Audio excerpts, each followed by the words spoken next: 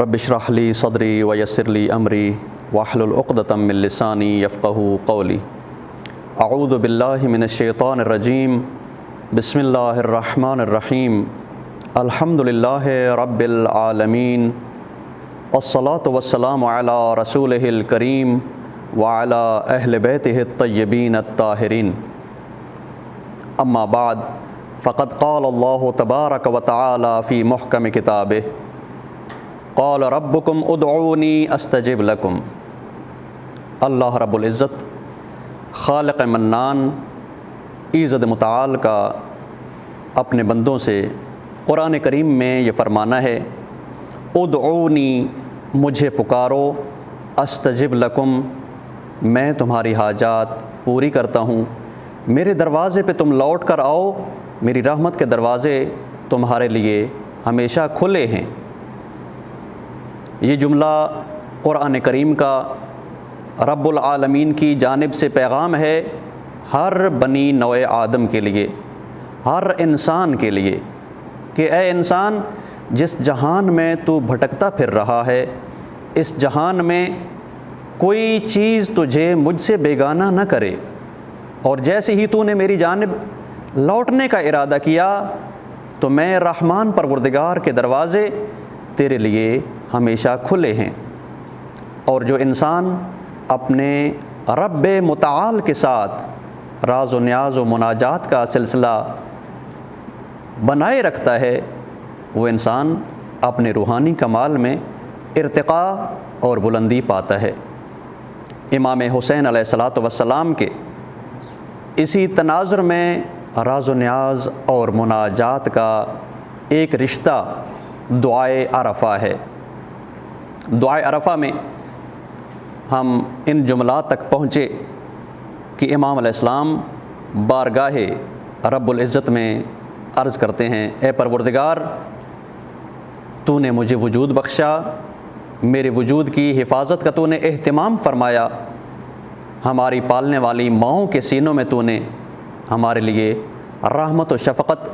اور انس و الفت رکھا، جس وجہ سے ہماری مائیں ہمیں پالتی ہیں۔ اور عرض کرتے ہیں، پروردگار، جتنا زمانہ میرے اوپر بیتا تو نے ہمیشہ مجھے نقصان سے بچائے رکھا، کسی طرح کا میری خلقت میں کوئی نقص نہ آیا، کوئی فالتو اعضاء نہ آئے۔ فتعالیت یا رحیم و یا رحمان، بلند مرتبہ تیری ذات ہے اے میرے رحمت کرنے والے پروردگار، اے میرے مہربان پروردگار، تیری ذات اتنی بلند ہے کہ کسی کے تصور میں نہیں آ سکتی، تو اس سے منزہ اور برتر ہے کہ کسی کی سوچ کے آئینے میں تو سما سکے۔ اذا استحللت ناطقا بالکلام اتممت علی سوابغ الانعام وربیتنی زائدا فی کل عام حتی اذا اکتملت فطرتی واعتدلت مرتی اوجبت علی حجتک بان الہمتنی معرفتک وروعتنی بعجائب حکمتک وایقظتنی لما ذرأت فی سمائک وارضک من بدائع خلقک ونبہتنی لشکرک وذکرک واوجبت علی طاعتک وعبادتک وفہمتنی ما جاءت بہ رسلک۔ امام کا اللہ رب العزت کی بارگاہ میں ان جملوں کے ذریعے سے اظہار نیاز کرنا کہ اے میرے پروردگار، جب تو نے مجھے بولنے کی طاقت عطا کی اور میں بولنا شروع ہو گیا تو پروردگار تو نے اپنی تمام نعمتیں مجھ پر پوری کر دیں، تو نے بہترین نعمت مجھے عطا کر دی۔ انسان جب بچپنے میں عمر کے اس حصے میں پہنچتا ہے کہ اسے زبان کھولنی چاہیے اور وہ اپنی زبان سے پہلے جو جملات ادا کرتا ہے، یہ پروردگار کی جانب سے ایک نعمت کامل ہو رہی ہے کہ جو توانائی اللہ رب العزت نے انسان کے وجود میں بولنے کے عنوان سے رکھی، وہ آج کامل ہو رہی ہے کہ جب بچہ بولنا شروع ہوتا ہے، اگر خدا نخواستہ کسی کے ہاں بچہ ہو اور عمر کے وہ اس حصے میں پہنچ جائے کہ جہاں اسے بولنا چاہیے، جہاں اسے لفظ ادا کرنے چاہیے، جہاں اسے زبان کھولنی چاہیے، لیکن بچے میں نقص ہو، کوئی فالٹ ہو، بچہ نہ بول پائے، تو بہت ہی رنج دہ مقام ہوتا ہے، بہت ہی تکلیف دہ لمحات ہوتے ہیں اس بچے کے ماں باپ کے لیے۔ جیسے ایک بچہ اپنی قوت گویائی سے محروم ہوتا ہے، اس بچے کے لیے تو ایک آزمائش ہے کہ نہ وہ بچہ بیچارہ اپنے احساسات کا اظہار کر سکے گا، نہ وہ بچہ اپنے تصورات کسی کو بتا سکے گا، نہ وہ بچہ اپنی احتیاج اور ضرورت اپنی ماں باپ کو بتا سکے گا کہ مجھے کیا چاہیے۔ ایک آزمائش خود بچے کے لیے ہے، لیکن اس بچے سے بڑھ کر تکلیف اس بچے کی ماں اور باپ کو ہوتی ہے کہ جن بیچارے ماں باپ کو نہیں معلوم ہو سکتا کہ ہمارے بچے کو کیا چاہیے، ہمارا بچہ کیا چاہتا ہے۔ وہ ماں باپ اس دکھ میں ایک زندگی بسر کرتے ہیں کہ جب ہمارا بچہ اپنے احساسات، خیالات اور تصورات نہ کسی کو منتقل کر سکتا ہے، نہ کسی کی بات سن کر رپلائی کر سکتا ہے، جواب دے سکتا ہے، تو جیسے جیسے دقت اور تکلیف بچہ نبھاتا ہے، اس سے بڑھ کر تکلیف ماں باپ نبھاتے ہیں۔ یہ آزمائش ہوتی ہے، اور جب پروردگار کی جانب سے عطا شدہ قوت گویائی کو استعمال کرتا ہوا بچہ اپنی زبان کھولتا ہے، الفاظ بنانا شروع کرتا ہے، اپنے احساسات بتانا شروع کرتا ہے، تو یہ موقع والدین کے لیے نہایت ہی خوشی اور مسرت کا ہوتا ہے کہ الحمدللہ پروردگار نے ہمارے بچے کو جو قوت گویائی عطا کی وہ استعمال کرنے پر قادر ہے۔ اور اللہ تبارک و تعالیٰ نے بھی اس خاص صفت گویائی کو لے کر اپنی رحمت کا ذکر سورہ رحمان میں کیا ہے کہ جب اللہ تبارک و تعالیٰ فرماتا ہے الرحمن خلق الانسان وعلمہ البیان، رحمان ہے وہ رحمتوں والا پروردگار کہ جس نے انسان کو خلق کیا اور خلق کرنے کے بعد اسے قوت گویائی عطا کی، قوت بیان سے نوازا۔ یعنی در حقیقت اللہ تبارک و تعالی سورہ رحمان میں یہ فرما رہا ہے کہ میری رحمت کا ایک مظہر انسان کی خلقت ہے، اور اسی طرح انسان کو بیان عطا کرنا بھی میری رحمت ہے۔ اسی قوت بیان کو، گویائی کو لے کر امام حسین علیہ السلام دعائے عرفہ میں یوں ارشاد فرما رہے ہیں، بارگاہ رب العزت میں عرض کر رہے ہیں حتیٰ اذا استحللت ناطقا بالکلام اتممت علی سوابغ الانعام، اے پروردگار جب میں نے نطق شروع کیا، جب میں نے کلام شروع کیا تو تو نے اپنی نہایت ہی بہترین نعمت مجھ پہ تمام کی۔ وَرَبَّيْتَنِي زَائِدًا فِي كُلِّ عَامٍ حَتَّى إِذَا اكْتَمَلَتْ فِطْرَتِي، اور اے پروردگار تو نے ہر سال مجھے نشو و نما عطا کی،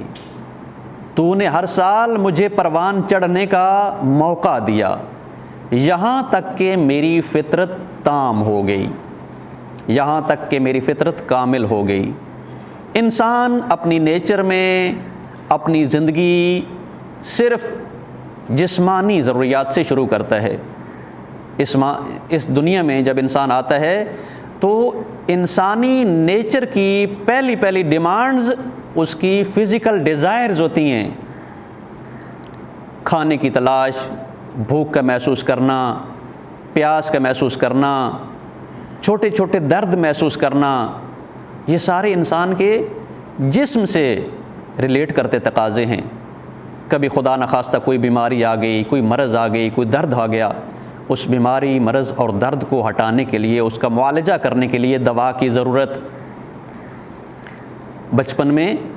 صرف چھوٹی چھوٹی انسان کی حاجات اور ضروریات ہوتی ہیں جو جسم سے ہی ریلیٹ کر رہی ہوتی ہیں۔ پھر جیسے بچپنا گزار کر انسان تھوڑا سا رشد کرتا ہے تو اس کے جسم کے باطن میں نفسانی توانائیاں ابھرنا شروع ہوتی ہیں۔ وہ بچہ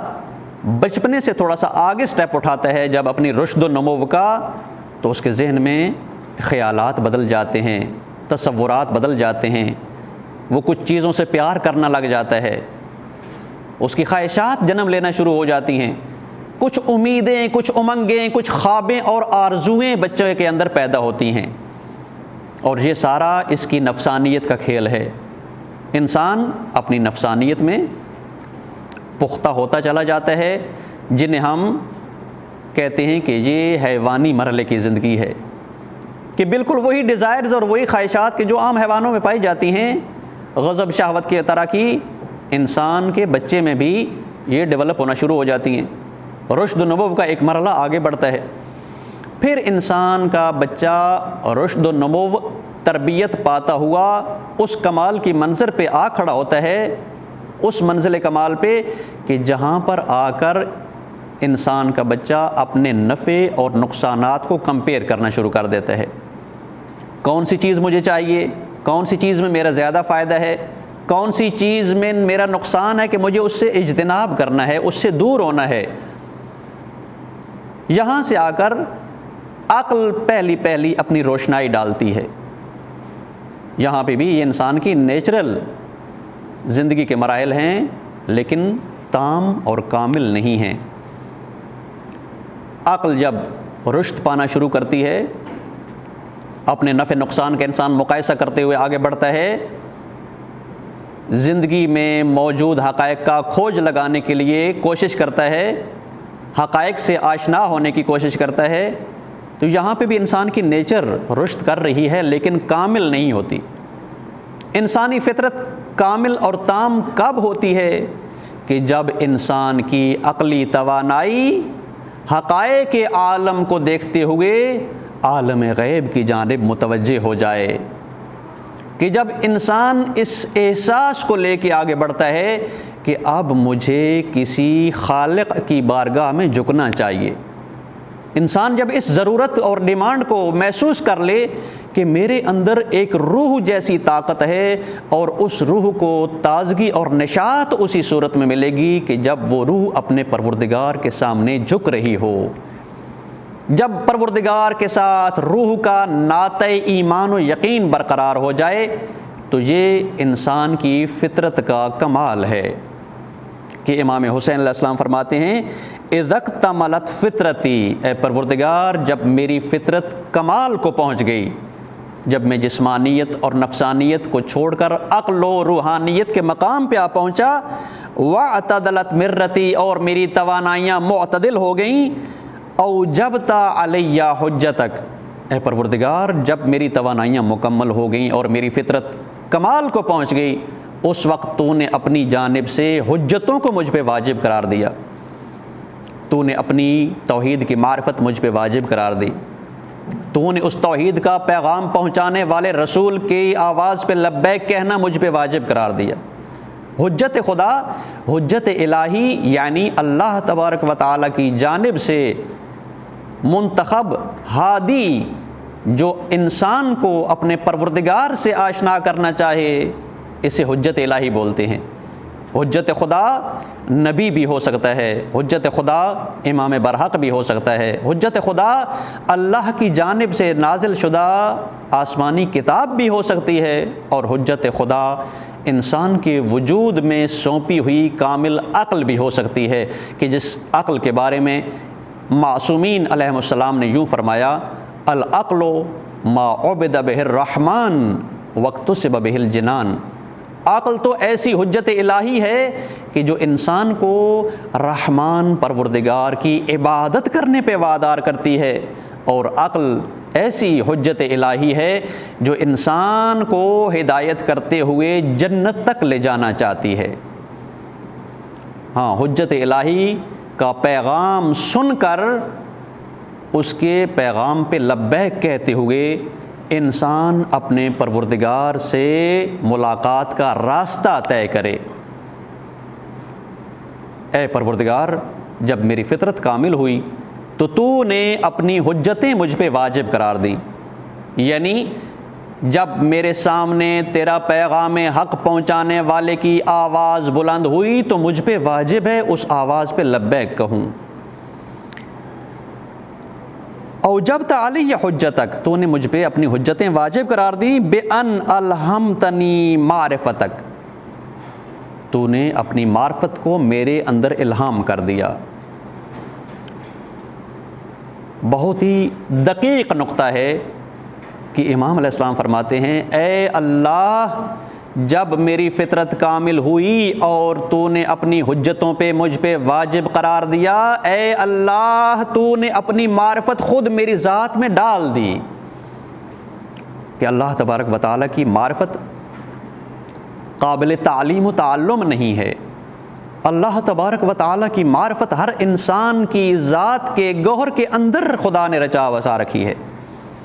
جسے کہا جاتا ہے اللہ رب العزت کی معرفت ہر انسان کی فطرت کا حصہ ہے۔ انسان کی خلقت اس طرح سے پروردگار نے ڈیزائن کی ہے کہ اس کے پورے وجود کی پروگرامنگ میں ایک بنیادی حصہ اللہ تبارک و تعالیٰ کی معرفت کا ہے، کہ امام حسین علیہ السلام عرض کرتے ہیں بارگاہ رب العزت میں الہمتنی معرفتک، اے اللہ تو نے اپنی معرفت میرے اندر الہام فرمائی۔ جب الہام کا کنسیپٹ آتا ہے تو یعنی درمیان میں کسی ٹیچر کی ضرورت نہیں ہوتی، معلم کی ضرورت نہیں ہوتی۔ جو چیز اللہ تبارک و تعالی انسان کو الہام فرماتا ہے، ڈائریکٹلی پروگرامنگ خداوند عالم کی طرف سے فٹ ہوتی ہے انسان کی فطرت میں، تو تعلیم و تعلم کی کیوں ضرورت پڑتی ہے ہمیں؟ تعلیم و تعلم کی انسان کو لرننگ کی ضرورت پڑتی ہے اس لیے کہ جو اللہ تبارک و تعالی نے اپنی معرفت انسان کے وجود میں فٹ رکھی ہے فطرت میں، اس معرفت پر حجاب آ جاتے ہیں، اس معرفت پر رکاوٹیں آ جاتی ہیں،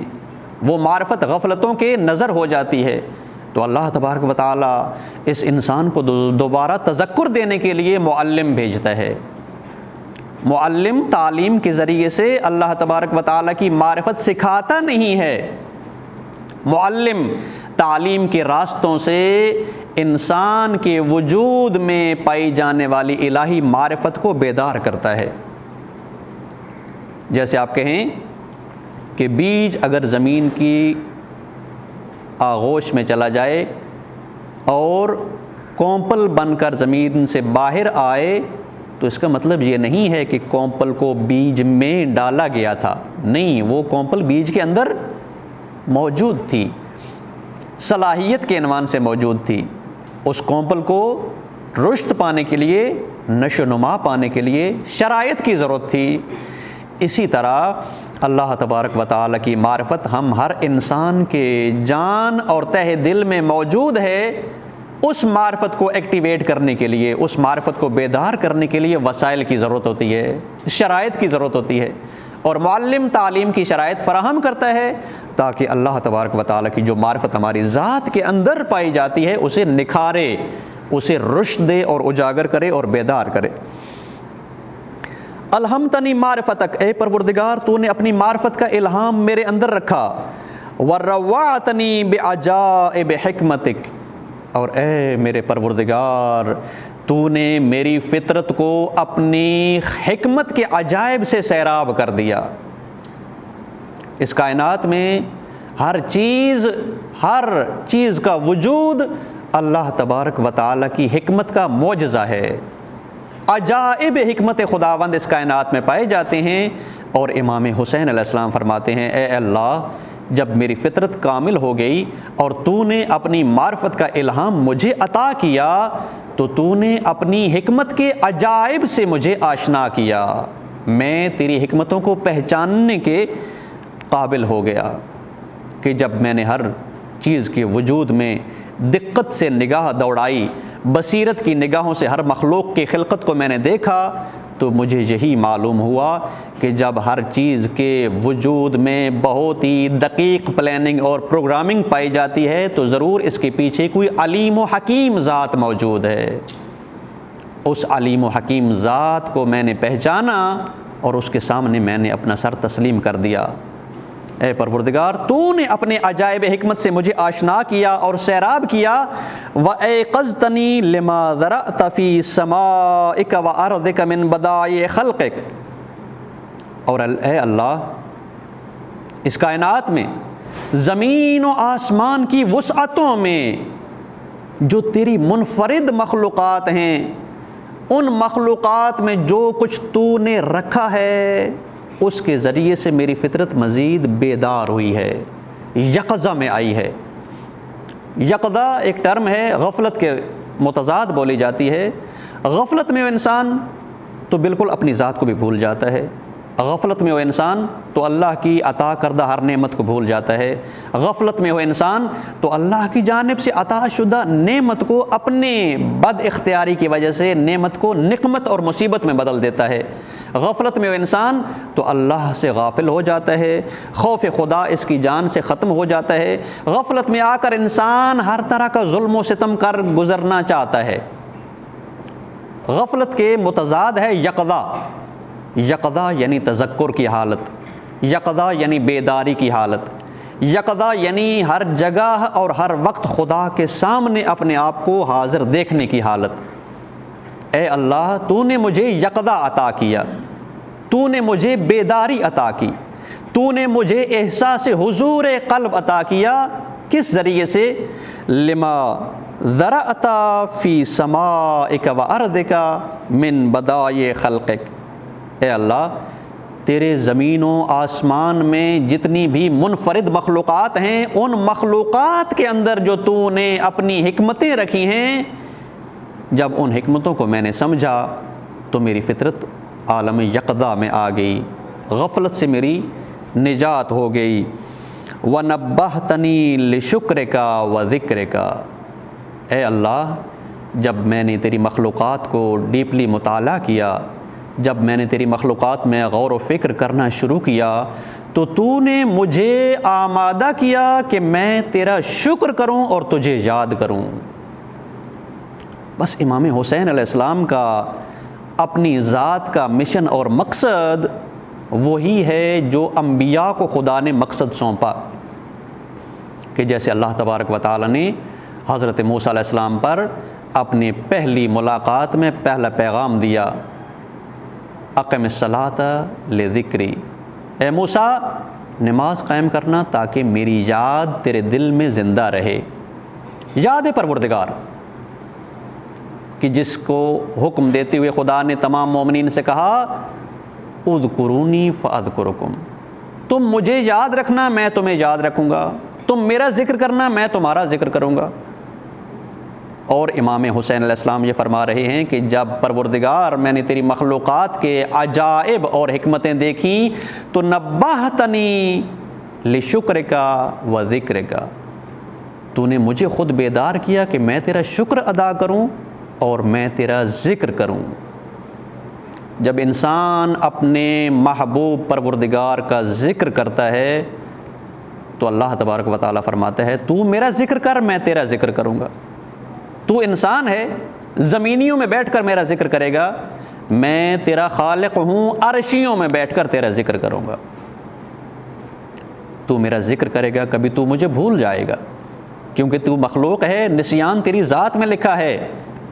مگر میں تیرا ذکر کروں گا، میں تیرا رحمان پروردگار ہوں، میں کبھی بھولنے والا نہیں ہوں۔ اور امام حسین علیہ السلام نے ایسے پروردگار کو یاد کیا، حسین ابن علی نے ایسے پروردگار کا ذکر کیا کہ اللہ تبارک و تعالی نے حسین کے ذکر کو تا قیامت زندہ رکھا۔ امام حسین علیہ السلام کا ذکر 1400 سال بیت چکے ہیں جب واقعہ کربلا ہوا تھا، لیکن ہر آئے سال ذکر حسین میں شدت آ رہی ہے، ہر آئے سال ذکر حسین کرنے والوں کے دل میں تڑپ بڑھ رہی ہے۔ کیوں؟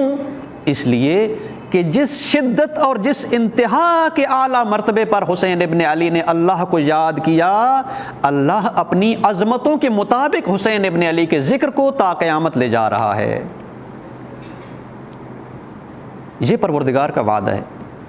جو بھی اللہ تبارک و تعالیٰ کا ذکر کرتا ہے اللہ اس انسان کے ذکر کو بلند کر دیتا ہے۔ رسول خاتم سید الانبیاء محمد مصطفیٰ صلی اللہ علیہ وآلہ وسلم کہ جنہیں اللہ نے اپنی رحمت بنا کر بھیجا، انہوں نے کیسا ذکر کیا اپنے رب کا؟ کہ آج تک ہر مینار مسجد سے محمد رسول اللہ کی صدائیں گونج رہی ہیں۔ علی ابن ابی طالب علیہ الصلوۃ والسلام نے کیسا ذکر کیا بلند پروردگار کا کہ ہر مومن کے دل کی آواز نکلتی ہے علی ولی اللہ، علی ولی اللہ۔ اسی طرح مولا حسین ابن علی علیہ السلام نے اپنے پروردگار کے ذکر کو زندہ رکھنے کے لیے اپنا سر کٹوا دیا، اور اللہ نے کیا فرمایا کہ تم میرا ذکر کرو میں تمہارا ذکر کروں گا۔ اے حسین، میری یاد اور میرا ذکر بچانے کی خاطر تو نے سر دیا، میرا ذکر اور میری یاد بچانے کی خاطر تو نے اپنے عزیز نوجوان قربان کیے، میری یاد اور میرا ذکر بچانے کی خاطر تو نے اپنی بہنوں کی رداؤں کی قربانی دی، تو آ حسین میں تیرا ذکر تا قیامت زندہ رکھوں گا۔ اور اللہ رب العزت کی جانب سے یہ خاص عطا ہوتی ہے مومنین کے دلوں میں کہ مومنین ہر آئے سال گزشتہ سال سے بڑھ کر حسین ابن علی کا ذکر کرتے ہیں اور انتظار میں ہوتے ہیں کہ وہ موسم آئے سال کا جب حسین ابن علی کے ذکر سے ہم فلک شگاف نعرے لگائیں۔ مومن کے ایمان کی انتہا ہوتی ہے حسین ابن علی کے ذکر سے، مومن کے ذکر کی، حسین علیہ السلام کے کیے ذکر سے اپنے دل کو تازگی اور روح کو نشاط ملتی ہے۔ اور یہ مومن کا قلب وہ سرزمین ہے کہ جس سرزمین میں اللہ رب العزت نے حسین ابن علی کا ذکر آ کر بیج بویا اور اسے پروان چڑھایا۔ یہی وجہ ہے کہ ایک مومن کے خون سے یہ ذکر حسین ابن علی منتقل ہوتا ہے اس کی آنے والی پاکیزہ نسل میں، اور یہ ذکر حسین ابن علی جو اللہ نے زندہ رکھا ہے، یہ ذکر ایک مومن کی سے دوسری نسل میں امانت کے ساتھ منتقل ہوتا ہے، الہی تصورات کے ساتھ منتقل ہوتا ہے۔ جیسے حسین ابن علی علیہ السلام عاشق پروردگار تھے، اسی طرح حسینی نسلوں میں حسین کا ذکر منتقل ہوتا ہے کہ جس نسل کو حسین کا شعور ملتا ہے وہ عاشق پروردگار بنتی ہے۔ زمین والوں نے ایسے کئی عاشقان خدا کے نظارے دیکھے۔ زمین والوں نے ایک فرزند حسین دیکھا جن کا نام خمینی کے لقب سے یاد کیا جاتا ہے۔ ان کا نام ہے سید روح اللہ، ان کے شہر کا نام تھا خمین، لیکن اس لقب کو ایسی خدا نے عزت و شہرت عطا کی کہ ان کا نام پوری دنیا میں شیعہ کا فخر سمجھا جاتا ہے، چونکہ حسین کا سچا فرزند ہے، حسین کا ناب فرزند ہے جس نے حسین ابن علی علیہ السلام کا پیغام سمجھا، اور حسین ابن علی کے اس فرزند نے آگے شیعہ نسلوں تک حسینیت کو یوں پھیلانا چاہا کہ فرماتے ہیں ہمارے پاس جو کچھ ہے سید الشہداء کی برکت سے ہے، ہمارے پاس جو کچھ ہے محرم و سفر کی برکت سے ہے۔ یعنی پیغام ہے اے شیعو، مرتے دم تک، کٹتے دم تک حسین کا ساتھ نہیں چھوڑنا، کیونکہ حسین ہی وہ واحد کشتی نجات ہے کہ جو تمہاری ہر مشکلات کا حل دینے والا ہے۔ کبھی دور نہ ہونا حسین ابن علی سے۔ اور حسین ابن علی علیہ السلام نے جو خدا کا شکر و ذکر کیا، اللہ نے حسین ابن علی کے ذکر کو تا قیامت زندگی اور بقا اور جاودانگی عطا کر دی۔ مگر یہ سب کچھ کیوں ہوا کہ مولا حسین عرض کرتے ہیں بارگاہ ایزد متعال میں، اے پروردگار تو نے توفیق عطا کی کہ میں تیرا ذکر کروں اور تیرا شکر بجا لاؤں۔ نبہتنی لشکرکا و ذکرکا، اے اللہ تو نے مجھے بیداری عطا کی، تو نے مجھے یہ توفیق عطا کی، تو نے مجھے یہ فرصت عطا کی کہ میں تیرا شکر اور ذکر بجا لاؤں۔ وَأَوْجَبْتَ عَلَيَّ طَاعَتَكَ وَعِبَادَتَكَ، یہ ہمارے مولا حسین علیہ السلام کی ایک عجیب مناجات ہے پروردگار کے ساتھ کہ اے اللہ تو وہ ہے جس نے اپنی اطاعت اور اپنی عبادت کو مجھ پہ واجب قرار دیا۔ عجیب ہے یہ جملہ، عجیب ہے، ہمارے تو کنسیپٹ سے یہ باہر ہے باتیں کہ جب ہم آتے ہیں اور سوچتے ہیں کہ اللہ کی اطاعت، اللہ کی عبادت ہم پہ واجب ہے تو ہمیں یہ نعمت نہیں لگتی، تکلیف محسوس ہو رہی ہوتی ہے، ہمارے لیے یہ گراں ہوتا ہے، مشقت ہوتی ہے کہ ہم سمجھیں ہمارے اوپر یہ کام واجب ہے، یہ کام اللہ نے ہم پہ واجب قرار دیا، اللہ نے اپنی عبادت ہم پہ واجب قرار دی، ہمیں مشکل لگتا ہے۔ لیکن تربیت زہرا کا اثر دیکھیے، تربیت آغوش مصطفیٰ کا اثر دیکھیے کہ مولا حسین علیہ السلام اس بات کو نعمت شمار فرما رہے ہیں، اے پروردگار جیسے تو نے مجھے اپنے ذکر و شکر کی توفیق دی، تو لائق حمد ہے کہ تو نے اپنی اطاعت اور عبادت کو مجھ پہ واجب قرار دیا۔ تیری اطاعت اور عبادت نے ہمیں انسانیت کا عروج عطا کیا، ہم تیری بارگاہ کے ساتھ وابستہ رہے تو نے ہمیں انسانیت کا کمال عطا کیا۔ اے اللہ تو نے اپنی اطاعت اور عبادت ہم پہ واجب قرار دی۔ اچھا، یہ واجب ہونے کا کنسیپٹ صرف یہ نہیں ہے کہ بس جی واجب ہے، نہیں کرو گے تو گناہ پاؤ گے، نہیں کرو گے تو سزا پاؤ گے، کرو ضرور واجب ہے تاکہ خدا راضی ہو، اس طرح کا کنسیپٹ نہیں ہے واجب ہونے کا۔ اللہ تبارک و تعالیٰ کی اطاعت اور عبادت کے واجب ہونے کا بالکل سیم یہ کنسیپٹ ہے جیسے آپ نے سبز پودے کو رشد دینی ہے تو اس کے لیے پانی لازم اور واجب ہے۔ آپ نے جب ایک پودا پروان چڑھانا ہے، اس کا ثمر اور پھل اور فروٹ لینا ہے تو ضروری ہے اس پودے کو روشنی پہنچے، واجب ہے اس پودے کو ہوا ملے، واجب ہے اس پودے کو پانی دیا جائے۔ بالکل سیم یہ کنسیپٹ ہے اللہ تعالیٰ کی عبادت کا انسان پہ واجب ہونے کا۔ اگر انسانیت کا عروج چاہیے، اللہ کی عبادت واجب ہے۔ اگر انسانیت کا کمال چاہیے، اللہ کی عبادت واجب اور لازم ہے، کیونکہ جس طرح بغیر پانی کے پودا رشد نہیں کر سکتا، بغیر اللہ کی عبادت کے انسان کمال نہیں پا سکتا۔ پس نعمت ہے یہ اللہ تعالیٰ کی، یہ نعمت ہے اگر ہم سوچیں تو۔ وَأَوْجَبْتَ عَلَيَّ طَاعَتَكَ